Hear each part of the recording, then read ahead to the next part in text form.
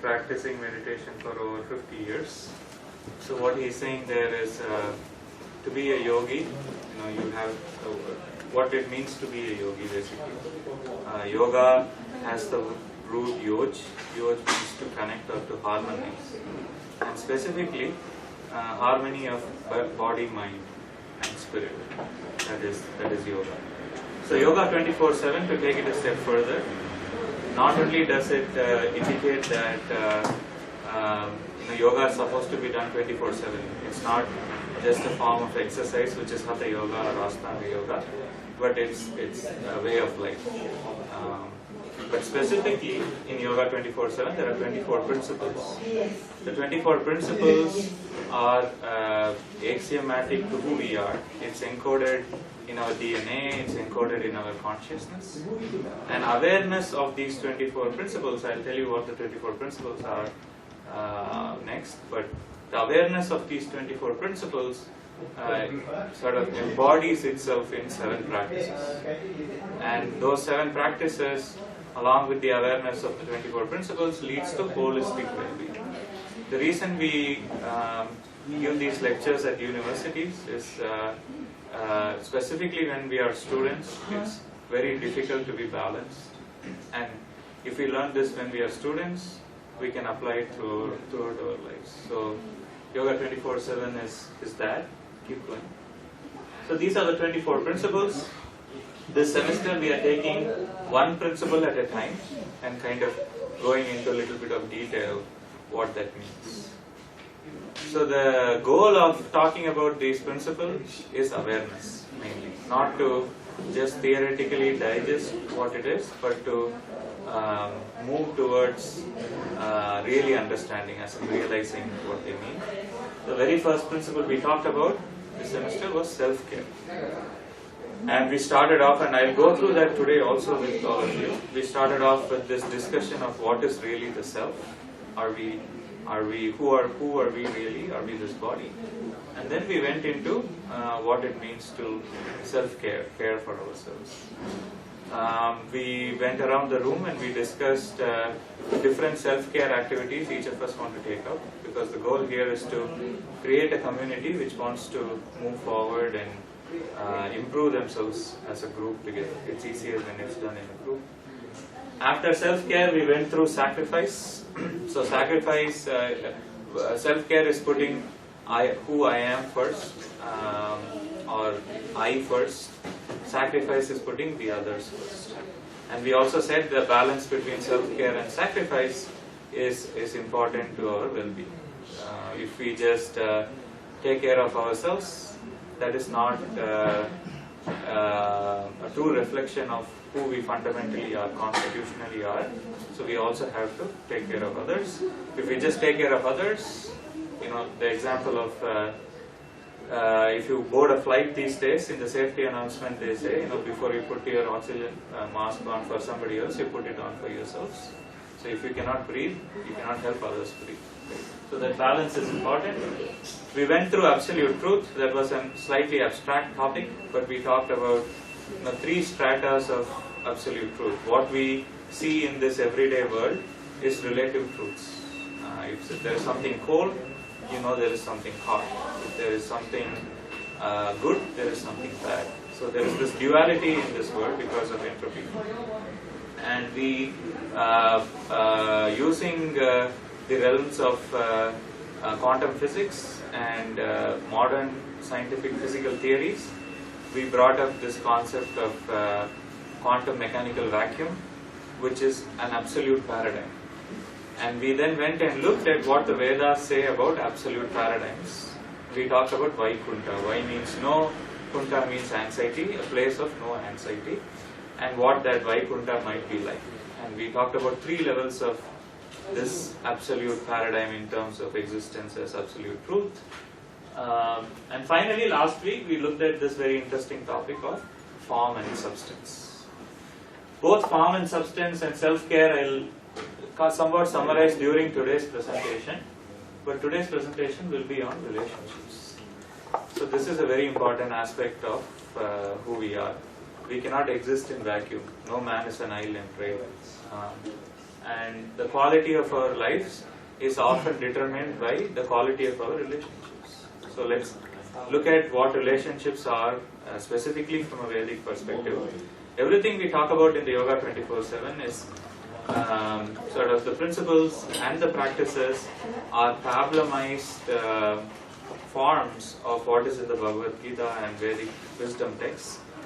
So we look at the Vedic perspective of relationships, and we'll, as we always do, we'll take a monk's perspective, because monks seem to be people who are relatively happy in their lives. So it's good to see how they got there. Keep going. So these are the 7 practices. We have practiced the meditation on pure sound before, mantra meditation. We have even looked at, like I said before, data on MRI, 3D magnetic resonance imaging scans of human brains of people who practice mantra meditation and control brains with people who don't. And we saw that the grey matter density in the cerebellum part of the human brain of people who have practiced this mantra meditation for over a period of 15 years is 30% more denser. 30% more dense increase in the hippocampus has not been noted with any kind of activity. So mindfulness meditation and mantra meditation is extremely powerful, not only in the level of the spirit, but also on the mind and the harmony with the body, mind and spirit. So let's go into today's topic, if you can. Relationships. So what is a relationship, right? Defined very, very simply. Any of you can put this together. You don't need to be a Vedic practitioner to understand that. A relationship is a bond between two living beings. It's as simple as that. But what does that really mean? The bond can be at various levels. Go ahead. So it can be at a physical level, which is between two bodies. So often relationship between living entities which are in animal form, like between two animals, for example, can be purely physical. It can be in the level of just survival and on the level of the physical body only. But human beings, we have a more sophisticated level of existence. We have a sixth sense, and it is hard for us to have just purely physical relationships. So there is the emotional aspect, emotional and intellectual aspect of relationships. So when we have a relationship with another person, often on top of it being just physical, it can also be some kind of an intellectual engagement between two professors at an university, or it can be emotional between two friends, for example. But also, those things are fairly common, right? If you go to any relationship coach, he will tell you that. And today, managing relationships has become so difficult, it has become a multi-billion-dollar industry. So being a relationship coach is a very lucrative thing. Of course, this is fully free. You don't have to pay for any of it. But what I bring from the Vedic perspective, which might be different from what the relationship coaches of the mundane world tell you, would be the spiritual aspect. And you might think, what is that spiritual aspect? So that is the relationship between the two selves. When you strip it all down, when you strip down who you really are, you are an eternal spark of energy. We'll go into that detail later. And the relationships between two eternal sparks of energy is the spiritual aspect of relationships. So you're thinking at this point, this guy is probably crazy. What is he talking about? Eternal sparks of energy, right? So let's do a little bit of digging, a little bit of self-realization, reflection. Can you play that video?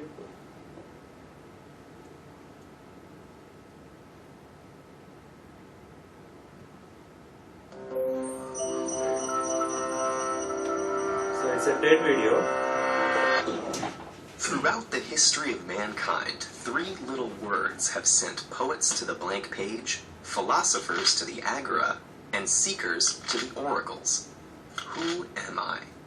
From the ancient Greek aphorism inscribed on the Temple of Apollo, know thyself, to the Who's Rock anthem, Who Are You? Philosophers, psychologists, academics, scientists, artists, Theologians and politicians have all tackled the subject of identity. Their hypotheses are widely varied and lack significant consensus. These are smart, creative people, so what's so hard about coming up with the right answer? One challenge certainly lies with the complex concept of the persistence of identity. Which you is who? The person you are today, 5 years ago, who you'll be in 50 years? And when is am? This week? Today? This hour? This second? And which aspect of you is I? Are you your physical body, your thoughts and feelings, your actions? These murky waters of abstract logic are tricky to navigate, and so it's probably fitting that to demonstrate the complexity, the Greek historian Plutarch used the story of a ship. How are you I?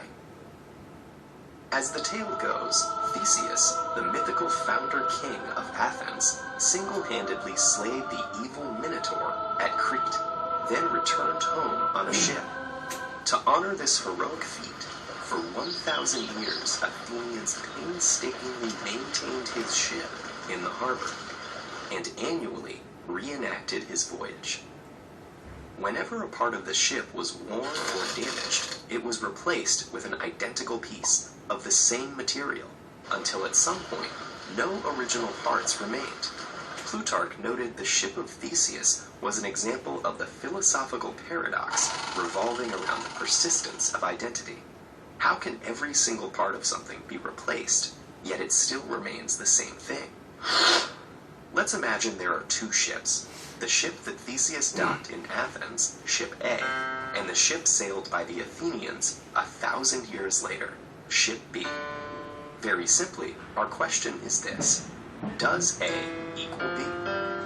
Some would say that for 1,000 years there has been only one ship of Theseus, and because the changes made to it happened gradually, it never at any point in time stopped being the legendary ship. Though they have absolutely no parts in common, the two ships are numerically identical, meaning one and the same, so A equals B. However, others could argue that Theseus never set foot on Ship B, and his presence on the ship is an essential qualitative property of the ship of Theseus. It cannot survive without him. So, though the two ships are numerically identical, they are not qualitatively identical. Thus, A does not equal B. But what happens when we consider this twist? What if, as each piece of the original ship was cast off, somebody collected them all and rebuilt the entire original ship? When it was finished, undeniably, two physical ships would exist, the one that's docked in Athens and the one in some guy's backyard. Each could lay claim to the title, the Ship of Theseus, but only one could actually be the real thing. So which one is it? And more importantly, what does this have to do with you? Like the ship of Theseus, you are a collection of constantly changing parts. Your physical body, mind, emotions, circumstances, and even your quirks, always changing, but still, in an amazing and sometimes illogical way, you stay the same too. This is one of the reasons that the question, who am I, is so complex. And in order to answer it, like so many great minds before you, you must be willing to dive into the bottomless ocean of philosophical paradox. Or maybe you could just answer, I am a legendary hero sailing a powerful ship on an epic journey. That could work too.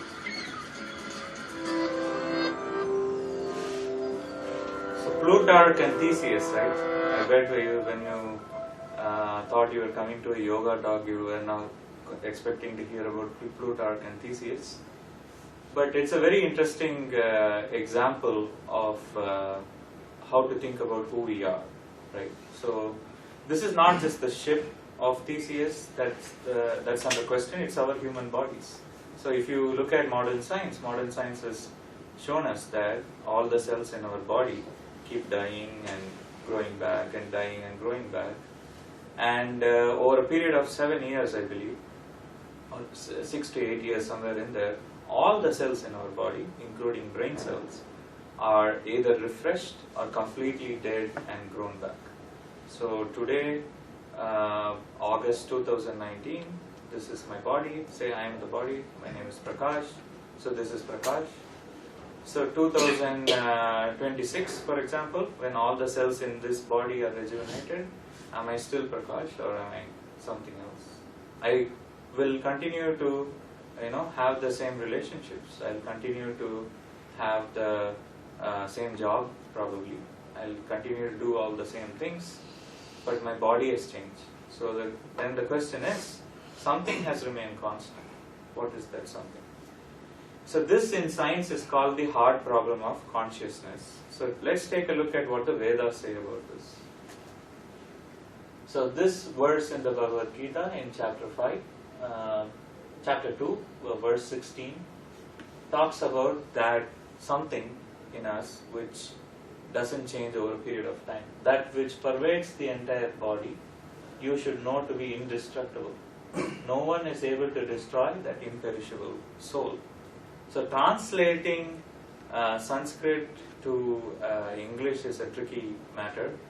When you use the word soul, it sometimes in English, especially by Catholic Christians, it's used separately from spirit, but the word Atma is more appropriate. That's the word used in the Bhagavad Gita, so I'll stick to that. So if you press enter, so the body keeps changing. We are the body. The body is part of who we are, but we have multiple stratas of existence. So the body is made from the 5 material elements: earth, water, fire, ether, and air. That they make the 5 knowledge-acquiring senses, 5 reasoning senses, and the mind. So that is the gross body. But the mind, intelligence, and false ego forms the subtle body. So that is the inner us. And even within that, even inside that, there is the Atma. That Atma is unchanging. The example of an iceberg is very helpful. This is what we used in the form and substance lecture. The tip of the iceberg, all of you saw the movie Titanic. Hopefully you are old enough to have seen that movie. The tip of the iceberg, I realize I'm older than you guys, and it's a movie that came out about 15, 20 years ago now. So the tip of the iceberg that is seen above the surface is much smaller than what's underneath the water. And the tip of the iceberg is kind of like, if you press enter, like the body, and the larger part of the tip of the iceberg is like the mind, intelligence, and the false ego, which forms the subtle body, and the real I is much deeper than that. So in the words of last lecture, we said the form is the body and the real substance is the Atma or the real I, that which I described previously as an eternal spark of energy, right? Physics 101, energy is neither created nor destroyed. It is eternal. It can only change from one form to the other, right? Newton's law of physics. So by that definition, that real I, that spark of energy, is eternal.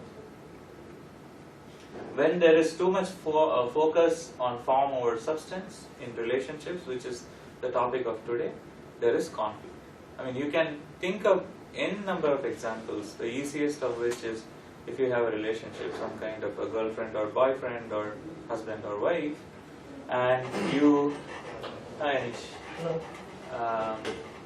focus on the form over substance. For example, you are young, you have a relationship, and you focus on how beautiful your girlfriend is rather than her intellectual, emotional, or other aspects of her being, and you establish a relationship with her on that basis, right? What happens over a period of time? You don't need me to explain that, right? As you get older, everybody's body degrades. Somebody in 10 years, somebody in 30 years, somebody in 40 years, but eventually it happens. But if your relationship is established on that gross level, that will lead to conflict later. She won't be that beautiful anymore, and your expectations won't be satisfied. That will lead to conflict. Keep going. When it is established as when the substance is given priority over form, then there is a holistic balance. The reason I put a picture of a mother and a child is naturally between a mother and a child, there is that balance to a great level. It's one of those few relationships in this material world where the priority is on substance because of physiological reasons, I guess. Keep going. But one thing is for sure, we all constitutionally seek relationships. That is fundamentally part of who we are. You can be how much ever of an introvert, but you at least need one relationship in this life to sustain yourself. You don't need the relationship to complete you. By definition, we are all complete in ourselves. But you need that relationship because constitutionally, that definition of who we are seeks relationships with ourselves. We are eternal sparks of energy, and all of us have this common strata of existence where we want to connect with each other. So that picture is a nice one. It depicts even when we are in conflict with someone, right, within us, that real I, that Atma is still seeking that relationship with the person who you have the fight with. So that is very important when it comes to understanding relationships. Is how much ever you try to negate the fact that you don't need this or that relationship, you do need relationships to sustain this work. So this is a classic exercise that a relationship guru will ask you to do. Normal relationship gurus. So this is called the concentric circles of relationships. So he'll make you draw these circles, he'll put you in the center, and in decreasing order of intimacy, he'll ask you to lay out the different people in your life as a personal exercise in these circles. So maybe your parents will go in the first circle along with your spouse and children, and then there will be friends and other people, and then there will be acquaintances and so on and so forth. And then he'll say, of all these relationships that you have ideally arranged in that manner, what is out of order? There might be a brother or a cousin somewhere who you haven't talked to for 20 years. He or she will then ask you to, focus on fixing that relationship to improve your quality of life. It is a very helpful exercise. I will not discourage you from doing that, but I have a better way of doing it. I'll address that later. So I encourage you to, when you're home, when you seriously want to consider the quality of relationships you have in your life, to do this. But I'll come to how you can do it better. Keep going. So that's all theory, right? So I started off by saying the relationship is a bond between two living entities, correct? And we said that bond can be at a physical level, and that happens mostly between animals. It can be at an emotional or intellectual level, that happens with people, human beings. And then most importantly, above that, there is a spiritual aspect of relationships. And then we define the self. The self is not the body, not just the body. There is three stratas of existence of the self. The gross body, which is made out of the material elements that you can see and touch and feel. There is the subtle body, which you cannot touch and feel, but when you have an intellectual conversation with someone, you know there is a mind there. It is proven by the evidence of its effect, right? Similarly, there is something that is in us that is unchanging, that goes from childhood to boyhood to youth to middle age to old age. That spark that goes through us, that is unchanging, is the Atma. So that is the third strata of our existence. So we define the self like that. And then we said, specifically, the body and the subtle body, the mind and the intelligence, form the tip of the iceberg. What's beneath the surface, what is many times deeper than what's above the surface, is the Atma. And we said that's the form and substance relationship. And then when we define healthy relationships, we said there is a bond between two people where substance is also prioritized along with form. So when we had this discussion, someone asked the question, so if form is negated and only the substance is prioritized, will that lead to conflict? That will also lead to conflict. I mean, form is undeniable. We have these bodies, right? That is a when you think of the self, the form is the body. It's not like we don't have these bodies. It's not all illusion. It's all very real that we have these bodies. So as an aspect of self-care, for example, you have to take care of these bodies. As an aspect of relationship with someone, there will be a physical or an intellectual or emotional aspect to it. So you cannot neglect form either, but mostly we don't do that. Mostly we only neglect the substance. So when there is a balance between these two, we said there are healthy relationships. And then we further also did the concentric circles example. Since we delayed the lecture today with the change of the room, we didn't actually do it in the session today, but I encourage you to do it later. But that's all theory, right? Let's get into some actual practical things or tips that can help you relationships on an ongoing basis. Specifically, I will keep this really simple. I know that it's been a long week, it's Friday evening, and I'm very grateful that so many people are present on a Friday evening for a yoga lecture. I'll keep it very simple and problemized so that you can remember this and take this away with you. So 3 aspects of, practical aspects of improving relationships. First, communication. Second, the very, very obvious fact that relationships require work. If you want to keep let's say you have a car or a bicycle, even if you want to keep those in condition, you have to do maintenance. If you have a body, if you want to be fit, if you want to live healthy long, you have to do exercise. Similarly, relationships require work. This sounds so simple, but when you go back today, after dinner, you sit and think about how many relationships do you prioritize and do work on. And I have done this exercise, and I'll be honest with you, very, very few. And wherever my relationships are lacking, it's mostly because there is not mutual work being done on the relationship. So it is me being captain obvious, but it's an important thing. Third is expectation. And what is real expectation and false expectation?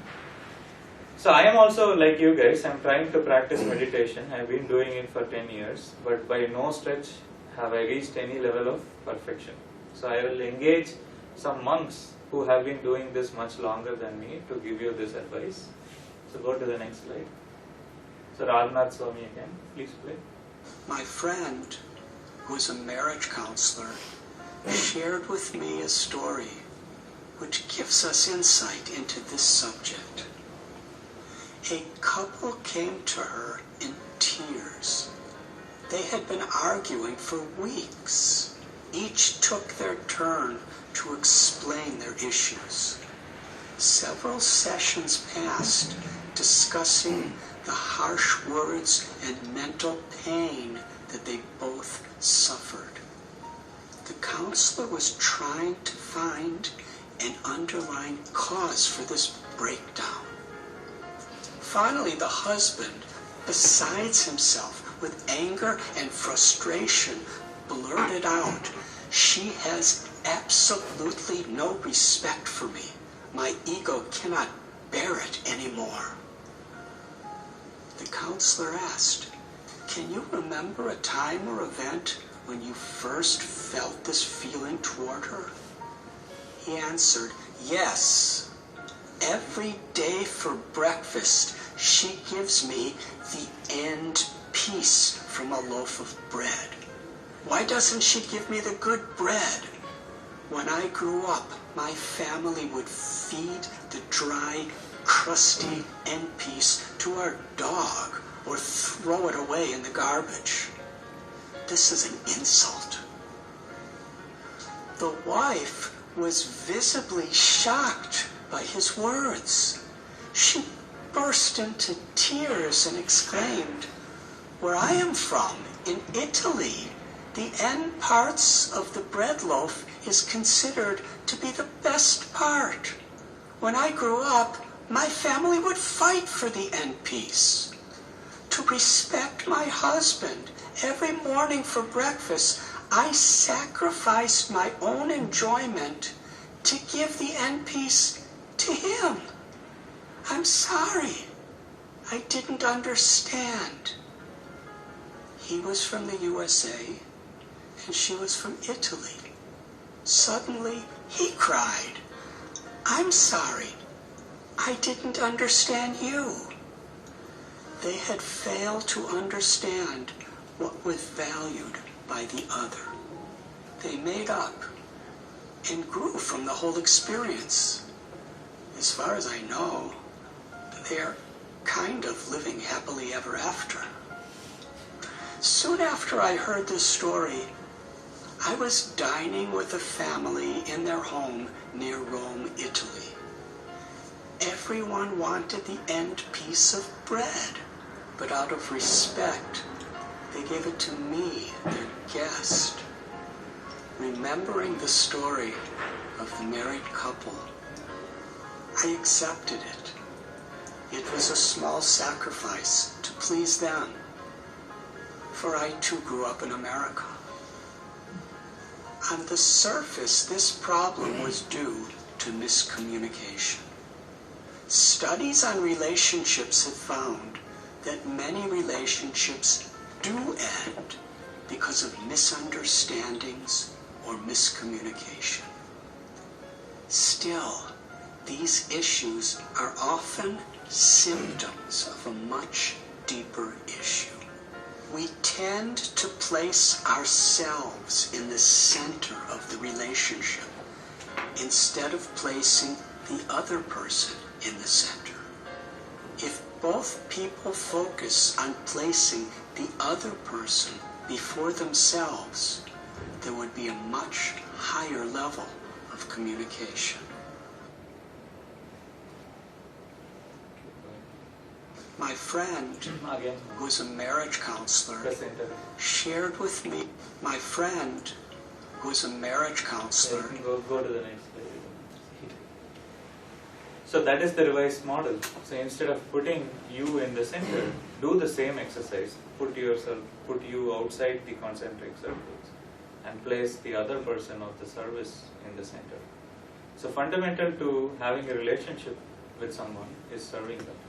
If we get into a relationship to service ourselves, that's where we get into problems. And communication, I have practically tried to apply this in my life.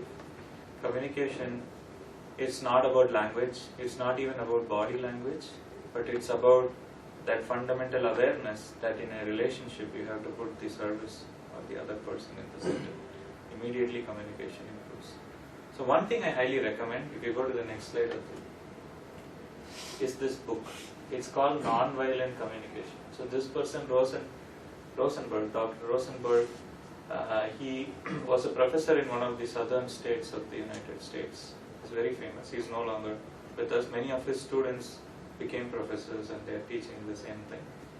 He studied different modes of communication. And there are many workshops he did. It's on YouTube also, you can look him up.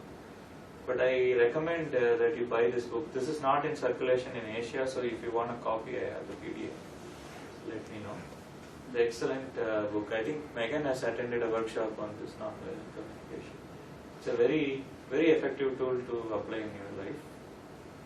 Keep going. So the second aspect of what we wanted to talk about today in relationships is going to be talked by Sivaram Swami.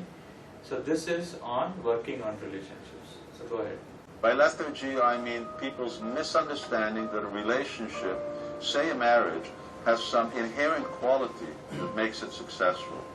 In other words, once you have a big wedding, a big Greek wedding, the marriage will ensure that everything goes smoothly. That I call complacency. Participants have to make a marriage work. That takes time, patience, energy, and dedication to the institution of marriage, or to any relationship. Like a friendship, you have to make a friendship work. Now one more thing. To work on a relationship, you have to be constantly working on yourself, going within, to understand your psychophysical nature, and even deeper, to understand your spiritual nature. So do away with lethargy. Relationships don't make themselves work. It's part of a constant effort that does.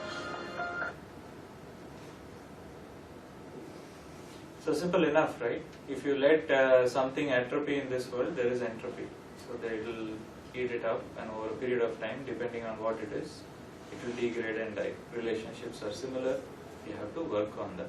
Sometimes that means giving time to the other person. Sometimes that means working on yourself. so that you can improve the quality of the balance between the two of you. So this word inner work, right? So we saw some videos of famous athletes and entrepreneurs and so on, philosophers, politicians last week who talk about this inner work. So inner work is a lot of us probably go to the gym to make sure that our bodies are in tune. But one thing to ask yourself is, do you do that same work on a mental level? Some of us might even work on that aspect. I know people who do mental exercises all the time. But then there is the working on the spiritual aspect.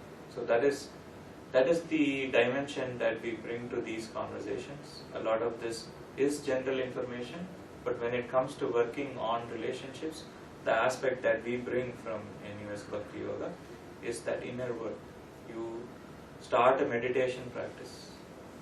Like I said in the beginning, research has shown that 20 minutes of meditation a day for the rest of your life can significantly help you improve not only your cognitive capabilities but also your relationships. If you are a person who likes scientific data, you can Google this and look this up. There is a professor by the name James Hartzell, Hartzell. He is a German professor of neurology. So he is the one, the study I mentioned earlier, studied Pandits who chant Sanskrit mantras every day, their brains. He took MRI scans of their brains, and he took MRI scans of brains of regular people, and he showed that effect in the change in gray matter density, which significantly improves cognitive function, but very interestingly, the part of the brain in the cerebellum which is responsible for interaction with other people was also significantly affected by such chanting of Sanskrit mantras and meditation practices. So that is the inner work you have to do if you have to have good relationships. Keep going. So expectations, this is a huge one. So I would say of the three, this is one of the major points for you to take away to. Expectations, or rather false expectations.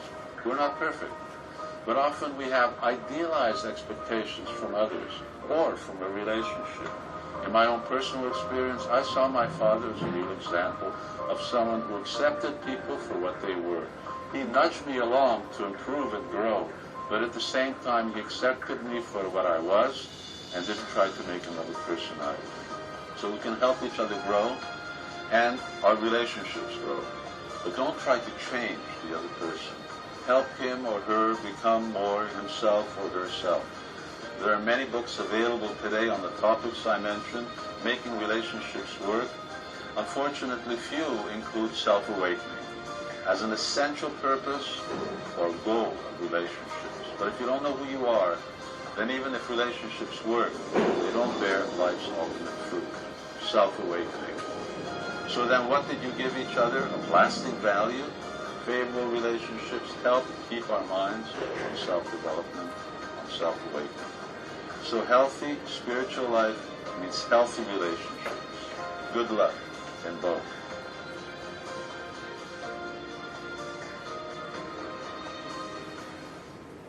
So false versus real expectations, right? Often in America, at least, they say this, right? When they are proposing to a girl for marriage or something like that, they say, "You complete me." So that is fundamentally philosophically flawed. If you expect somebody else to complete you, you are starting off on a wrong basis for a relationships. All of us are complete in ourselves. What we expect in a relationship is that you grow together. Because like I said before, constitutionally, we all seek relationships. It's like we get thirsty, we need water, we get hungry, we need food, we have to breathe in oxygen. You know, the basic physical requirements are obvious to us, but the basic emotional requirement is we need relationships. We cannot be islands in ourselves. That is why you get in, that is why you propose to a girl, hopefully, right? And the goal of that relationship is to grow together. It's not to change the other person. It's not to complete the other person or complete yourself. It is to grow together and move towards improving yourself, self-development, as Shivaram Swami put. Very, very obvious, right? Keep going. So meditation can significantly help with all of these 3 points. Again, to reiterate, the first point was communication, and we specifically said when it comes to communication, the fundamentally different thing we said to regular relationship coaches is that you look at relationships with the other person or the service to the other person in the center. Second, we talked about working on relationships, and what we added to that is, again, that working on relationships also any mundane relationship coach will tell you if you pay them a lot of money. But what we added to that is the aspect of inner work. So you not only work on relationships from the point of view of giving that person time or doing activities with that person, all of that is extremely important. But if you don't continue to work on your psychophysical development and your spiritual development, it is very difficult to have fulfilling and complete relationships. The third aspect we talked about is expectations. Don't have unrealistic expectations that the other person will complete you, or you will change the other person to be like what you want. What you see and what you feel is what you get, but hopefully you can have a common understanding that you will grow together. So those are the 3 tips we looked at. How does meditation help? Like we said, mantra meditation, man means mind, tra means trayate, which is to control the mind or regulate the mind. So the meditation helps with controlling the mind. Meditation increases emotional stability, so that helps with having mature relationships. It makes you self-aware. That is one of the main goals of meditation, right? To realize that real spark that you really are. And finally, it helps you connect back to the cosmos, connect back to the infinite, connect back to the absolute truth, and that helps you connect with the rest of the people. We have seen in the past several times there are many forms of meditation that can be practiced. Whatever it is, I encourage you to take up any form of meditation sustainably every day for at least 15 to 20 minutes and do it over a period of time. You can do any amount of research you want. It's not just TED Talks, but it's publications in science. Recently, I sent a video in the WhatsApp group of a Harvard professor. She published that study in Nature on the effect of yoga and meditation on all the things I described before. It's a phenomenally systematically done scientific study at one of the top scientific universities. So I encourage you to take up meditation. It's not voodoo. It really has effect.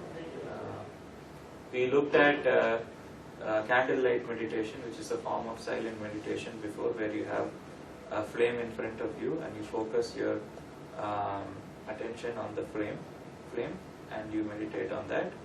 We have looked at other forms of silent meditation, like mandala meditation is something that is very common among the Buddhist tradition. So mandalas are geometric shapes. Suri Varsha mandala is a famous type of mandala. You can Google this if you are interested. It's a type of mandala that is used by Japanese monks, for example, and over a period of days they either sit and observe that geometric shape, or if they are talented enough, they draw that slowly. They don't think about anything else, completely observe themselves over a period of hours and hours to put that together. That is a form of meditation. But we have seen in the past in this student group that more than silent forms of meditation, meditation on sound vibration is very powerful. Sound is something that wakes us up. How do you get up in the morning? It's through a sound, not through vision, not through any of our other senses. Similarly, your consciousness can be woken up by sound vibration. But it has to be transcendental sound vibration. So, chanting Coca-Cola doesn't have the same effect as chanting Sanskrit mantras. And I talked about James Herzl and the Sanskrit effect. And you can look him up. He is not someone who learned Sanskrit from a young age, he happened upon it and he studied it systematically. He is not someone who was forced to, in some way, by parents or in another way, to believe that Sanskrit has something special, but he scientifically studied it and he found that there is indeed a Sanskrit effect. And a lot of you are from India, so you should, we should be able to take it up even easier than perhaps Megan can, that there is a Sanskrit effect, right? So that sound vibration meditation using Sanskrit mantras is very powerful, and the mantra we have been using to meditate is the Mahamantra. Mahamantra means the king of mantras, and it has only 3 words, and the words are Hare. Please repeat after me. Hare, Hare, Krishna, Krishna, Rama. Rama. So Hare means the energy of the infinite. So in this whole cosmos, in the whole multiverse, in the whole creation, there are only 2 things when you fundamentally come down to it. There is the energy and there is the energetic. So Hare represents the energy, the internal potency of the infinite or the energy of the cosmos. Krishna and Rama are names of the infinite. Krishna means all attractive. And it is a transcendental sound vibration which helps us connect back to the infinite, connect with each other, connect to the cosmos. Rama is the reservoir of all pleasure. It's another special name of the infinite. So infinite by definition has infinite features, and each of those features it has an infinite, right?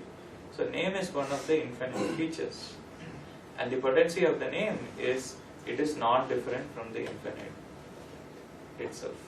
So Krishna and Rama are primary names of the infinite, but like I said, infinite has infinite names. There are other traditions which use other primary names which you can also chant. But for this age, we chant the Mahamantra. The meaning of the Mahamantra is it is like a child calling out to the mother. It's like our infinitesimal spark of energy that each of us are, that Atma, calling out to the infinite energy and calling out to each other. Because we are all eternal and we are all connected. So Hare Krishna, Krishna Krishna, Hare Hare. Hare Rama, Rama Rama, Hare Hare. It's like us calling out to the infinite. I want to connect back to you, the cosmos, the infinite, Bhagavan, whatever it is. That is this meditation. We have been practicing alignment as a form to help us meditate well. Alignment has 3 levels, just like us: body, subtle body, and spirit. So alignment of the body, I will give you very simple 3 tips which you can practice. There are 3 P's of the alignment of the body. The first is posture. So nothing fancy. We are sitting on a chair. It's ideal to sit on the floor too. But if you are sitting on a chair, just try to align the back of your spine to your neck. It gives your internal organs more room to take in the oxygen, and it's more nourishing. Also, deliberately sitting in a good posture helps you focus. You can realize this if you meditate over a period of time. The second P of alignment of the body is pronunciation. Because we are practicing mantra meditation today, sound vibration meditation today, we should pronounce the words softly and clearly. So if there are no Chinese here, but if some Chinese are here, they have told me that for them to pronounce the word R in Krishna or Rama is difficult. That is perfectly fine. You pronounce it as best as you can, consciously but softly and clearly. So let's practice the pronunciation one more time. Hare, Hare, Krishna, Krishna, Rama. Rama. Okay. The third P of alignment of the body is proper time. So there are different entropic times in a day. There is the early part of the day which is least entropic. There is the middle part of the day which is good for mode of passion or fruitive work. You go to work during that time.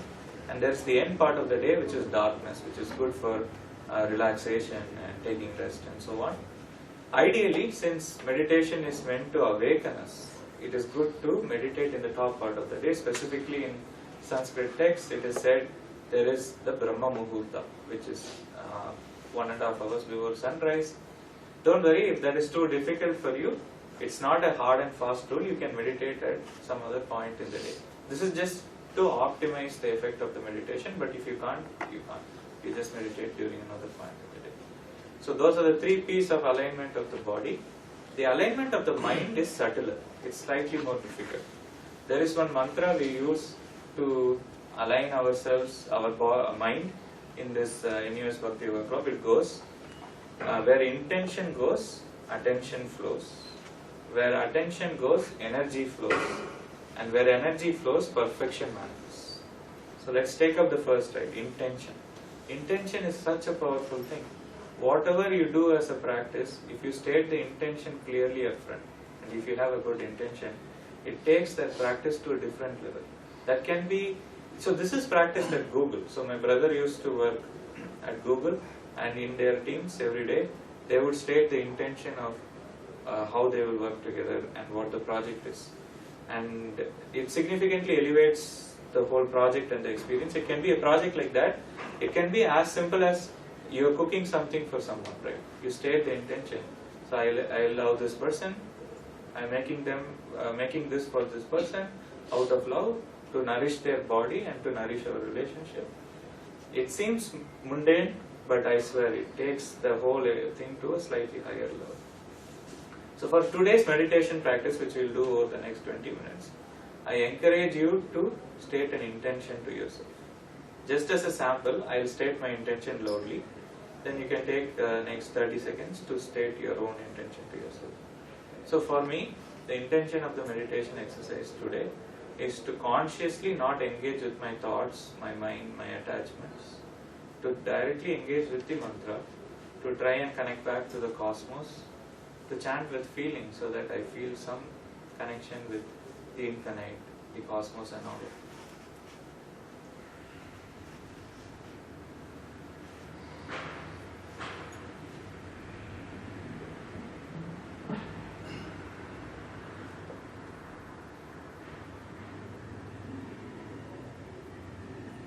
So now that you have stated the intention, your attention will be flowing to this meditation practice. It is very important when the attention is flowing that we remain focused, we remain detached. So in Sanskrit there is this beautiful word upadhi. Upadhi means designations or attachments.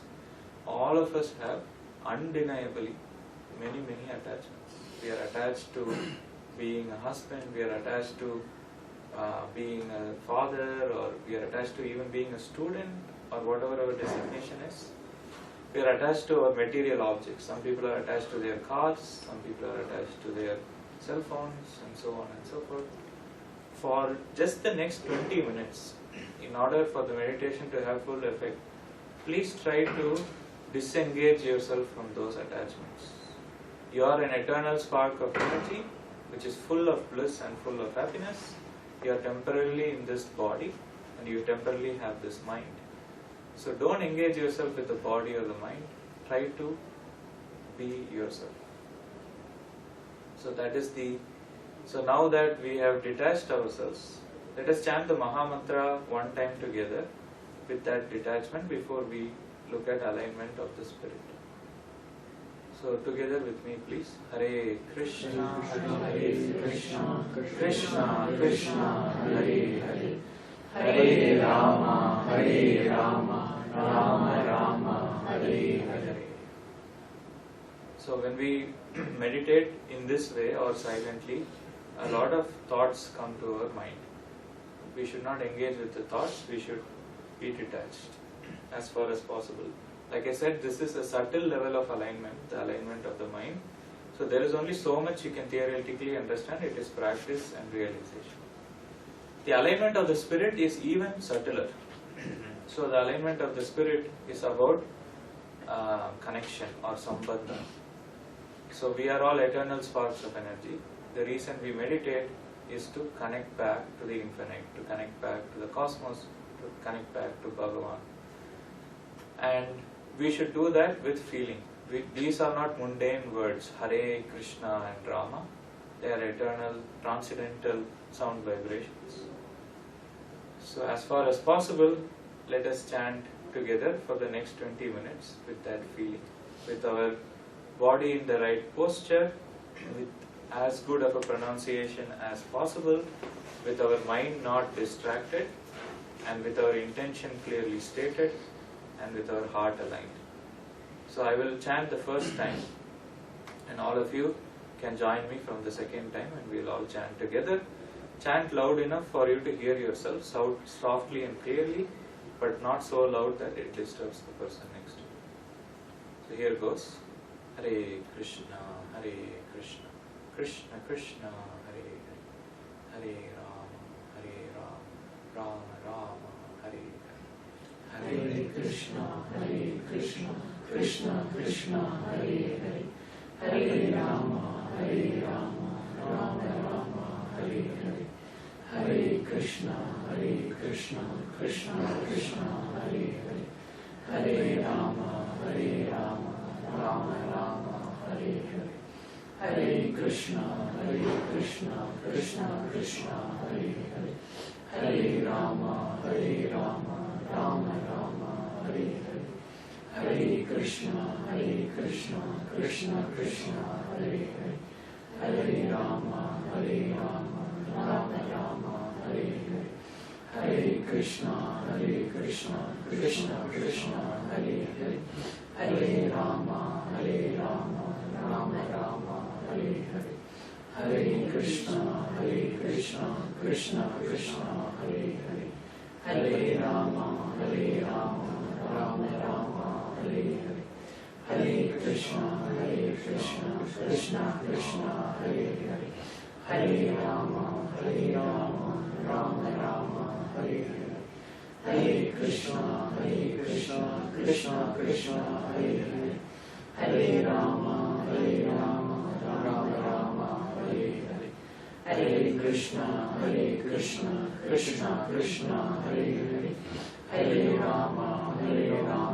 Rama Rama, Hare Hare. Hare Krishna, Krishna Krishna, Hare Hare, Hare Rama, Rama Rama, Hare Hare. Hare Krishna, Krishna Krishna, Hare Hare, Hare Rama, Rama Rama, Hare Hare. Hare Krishna, Krishna Krishna, Hare Hare, Hare Rama, Rama Rama, Hare Hare. Hare Krishna, Krishna Krishna, Hare Hare, Hare Rama, Rama Rama, Hare Hare. Hare Krishna, Krishna Krishna, Hare Hare, Hare Rama, Rama Rama, Hare Hare. Hare Krishna, Krishna Krishna, Hare Hare, Hare Rama, Rama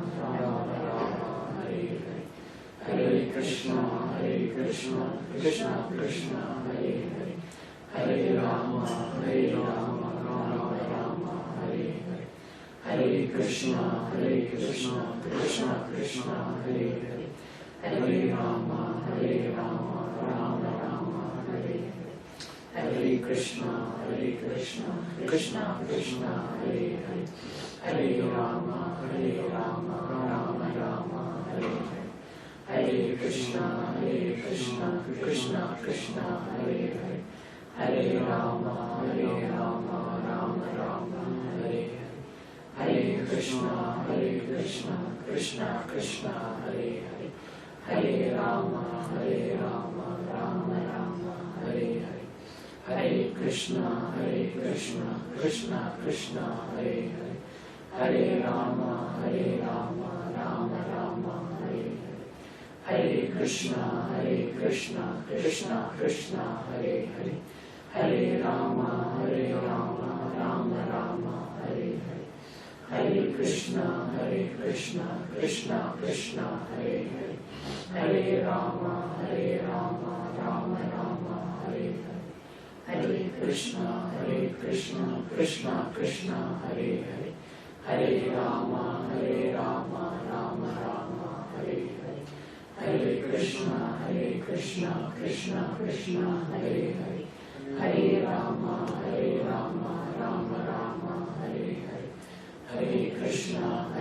Krishna, Krishna Krishna, Hare Hare, Hare Rama, Rama Rama, Hare Hare, Hare Krishna, Krishna Krishna, Hare Hare, Hare Rama, Rama Rama, Hare Hare, Hare Krishna, Krishna Krishna, Hare Hare, Hare Rama, Rama Rama, Hare Hare, Hare Krishna, Krishna Krishna, Hare Hare, Hare Rama, Rama Rama, Hare Hare, Hare Krishna, Krishna Krishna, Hare Hare, Hare Rama, Rama Rama, Hare Hare, Hare Krishna, Krishna Krishna, Hare Hare, Hare Rama, Rama Rama, Hare Hare, Hare Krishna, Krishna Krishna, Hare Hare, Hare Rama, Rama Rama, Hare Hare, Hare Krishna, Krishna Krishna, Hare Hare, Hare Rama, Rama Rama, Hare Hare, Hare Krishna, Krishna Krishna, Hare Hare, Hare Rama, Rama Rama, Hare Hare, Hare Krishna, Krishna Krishna, Hare Hare, Hare Rama, Rama Rama, Hare Hare, Hare Krishna, Krishna Krishna, Hare Hare, Hare Rama, Rama Rama, Hare Hare, Hare Krishna, Krishna Krishna, Hare Hare, Hare Rama, Rama Rama, Hare Hare, Hare Krishna, Krishna Krishna,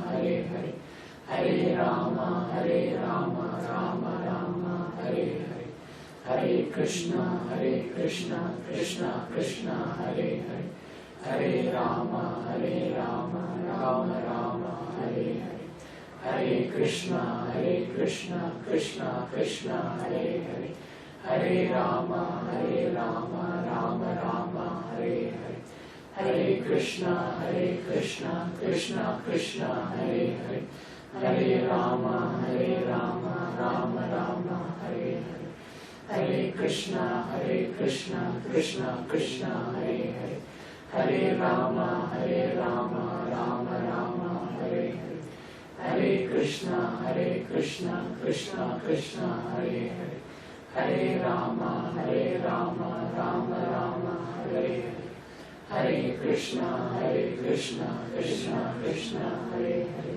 Hare Rama, Rama Rama, Hare Hare, Hare Krishna, Krishna Krishna, Hare Hare, Hare Rama, Rama Rama, Hare Hare, Hare Krishna, Krishna Krishna, Hare Hare, Hare Rama, Rama Rama, Hare Hare, Hare Krishna, Krishna Krishna, Hare Hare, Hare Rama, Rama Rama, Hare Hare. Brief pause. So you will notice, like I said, when we meditate, our thoughts go all over the place. We perhaps are thinking what we have to do tomorrow. Maybe we have an exam next week that comes to mind. Perhaps some of us are reminded that we have to call someone that we haven't called. Let's let all that go. It's okay. Mind naturally tends to oscillate. It does sankalpa and vikalpa.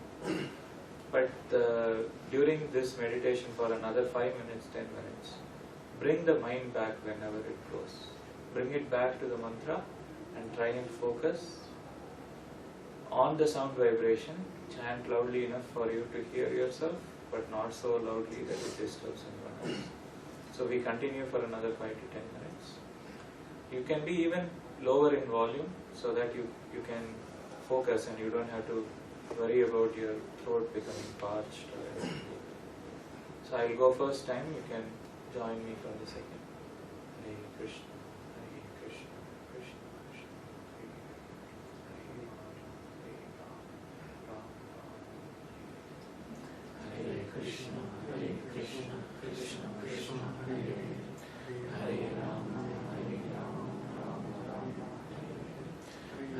Krishna, Krishna Krishna, Hare Hare, Hare Rama, Rama Rama, Hare Hare, Hare Krishna, Krishna Krishna, Hare Hare, Hare Rama, Rama Rama, Hare Hare, Hare Krishna, Krishna Krishna, Hare Hare, Hare Rama, Rama Rama, Hare Hare, Hare Krishna, Krishna Krishna, Hare Hare, Hare Rama, Rama Rama, Hare Hare, Hare Krishna, Krishna Krishna, Hare Hare, Hare Rama, Rama Rama, Hare Hare, Hare Krishna, Krishna Krishna, Hare Hare, Hare Rama, Rama Rama, Hare Hare, Hare Krishna, Krishna Krishna, Hare Hare,